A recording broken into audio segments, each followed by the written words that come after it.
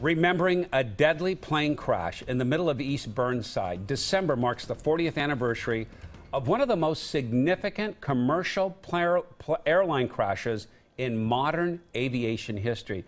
And it's almost a forgotten memory now. But as our Ken Body explains in this special report, what you may not realize is just how much safer you are today because of what happened that fateful night.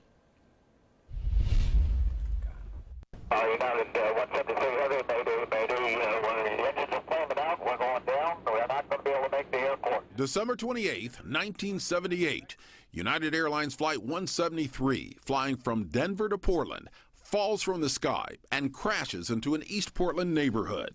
189 people were on board. 2 crew members and 8 passengers were killed. Several more had serious injuries. One of those survivors was the captain, Malburn McBroom. They were so focused on this landing gear that wasn't locked. Each of them were focused on it, that they weren't paying attention to the fuel. An investigation would ultimately show that the plane's engines flamed out, forcing the crash landing. Another survivor, Amy Ford Connor, was only 17 years old at the time of the crash. 20 years later, she organized a get-together for survivors and their families, and she asked the captain to be there.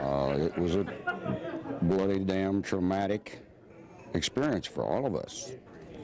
And if I can assist in that just by being here and talking to some folks, you bet. The man who came to the reunion was very broken, and he was so brave. He was so brave to show up that night. She says he made the best decision he could, and the emergency protocol was flawed.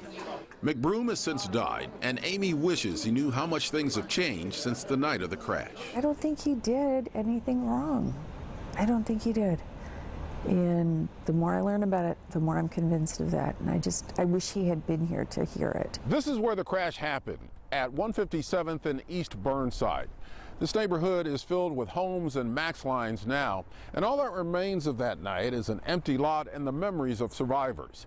But what happened here 40 years ago makes you a lot safer on an airplane today. This crash that happened right here in Portland, Oregon really did change the aviation industry. Julie Whipple is the author of Crash Course, which examines the events that led up to that December night. She agrees that Captain McBroom should not have taken all the blame. He was caught in the moment of an emergency. He did not know what his landing gear was going to do when he put that plane on the ground. He was very concerned that it was going to veer either into the river or into the terminal, and he just made a mistake. It was an error. An error that Whipple attributes to the entire airline industry at the time. They did not have protocols in place with the rest of the crew so that they would speak up forcefully enough, and they didn't.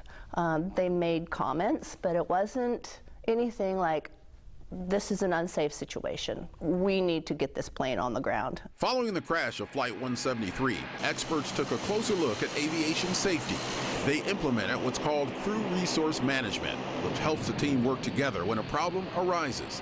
It's now a practice used in industries around the world. It really did change the way we operate in a crisis or in a high-risk situation. 2017 was the safest year in aviation history, and experts say it's because of the lessons learned from Portland that cold December night. It's pretty amazing, and I think that people don't understand what kind of an impact United Flight 173 has had on safety. Something for which survivors like Amy Ford Connor are eternally grateful. You can turn a tragedy into something good. You can do that. Ken Body, Coin 6 News. And we have reached out to United Airlines for comment on the lessons learned from that deadly crash, but so far we have not heard back. Meanwhile, Amy Ford Connor is now organizing a reunion for the 40th anniversary of the crash, and her hope is that it will bring survivors together to continue the healing process. You will find so much more on this story on coin.com. There's video from all of our old archives through the past 40 years, the full crash investigation report that you can read, and a link to that crash course, which is that book examining the events that led up to the crash.